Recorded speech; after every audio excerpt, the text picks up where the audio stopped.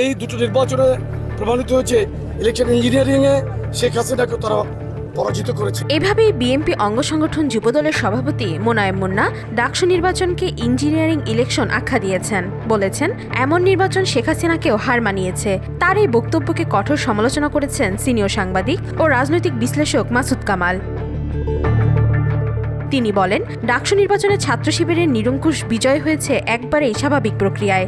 ঢাবির ছাত্রছাত্রীরা নিজের চিন্তাভাবনা থেকে তাদেরকে ভোট দিয়েছে, তাই তারা জিতেছে। এখন এটাকে ইঞ্জিনিয়ারিং বলে শেখ হাসিনার সাথে তুলনা করা আসলেই শেখ হাসিনাকে আরো বড় করে তোলার চেষ্টা ছাড়া কিছুই না।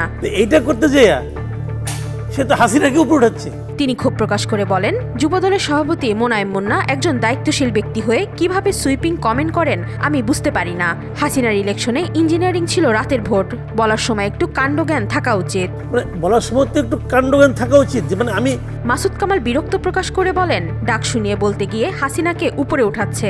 শেখ হাসিনা যে ইঞ্জিনিয়ারিং করেছে তা তুলনাহীন, যা কেউ চিন্তাও করতে পারে না। আওয়ামী লীগ নেত্রী গত কয়েকটি জাতীয় নির্বাচনে যেভাবে ইঞ্জিনিয়ারিং করেছেন সেটা ইতিহাসে লেখা থাকবে, কিন্তু ডাকসু নির্বাচনে সেই ধরনের তুলনা টেনে আনা অবান্তর।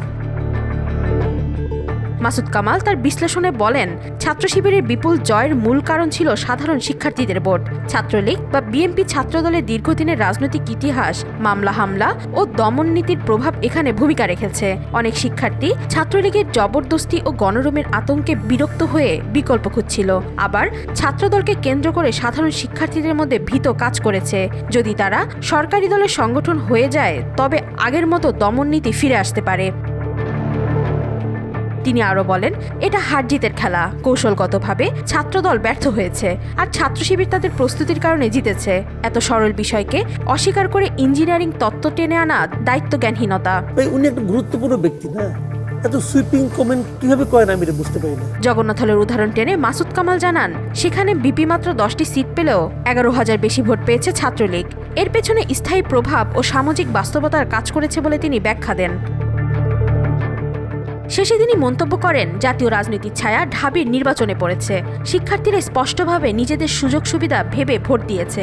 তাই এই ফলাফলের দায় শেখ হাসিনা নয়, দায় ছাত্রদল ও বিএনপির কৌশলগত ব্যর্থতা। স্ট্র্যাটেজিক্যালি আপনি কৌশলগতভাবে আপনি হেরে গেছেন। সব মিলিয়ে ডাকসু নির্বাচনকে ঘিরে মোনায়েম মুন্নার ইঞ্জিনিয়ারিং মন্তব্যে নতুন করে বিতর্ক তৈরি হলেও মাসুদ কামালের স্পষ্ট বিশ্লেষণ সে বিতর্কে ভিন্ন মাত্রা যোগ করেছে। ওয়াহিদা পারভিন, আজকাল।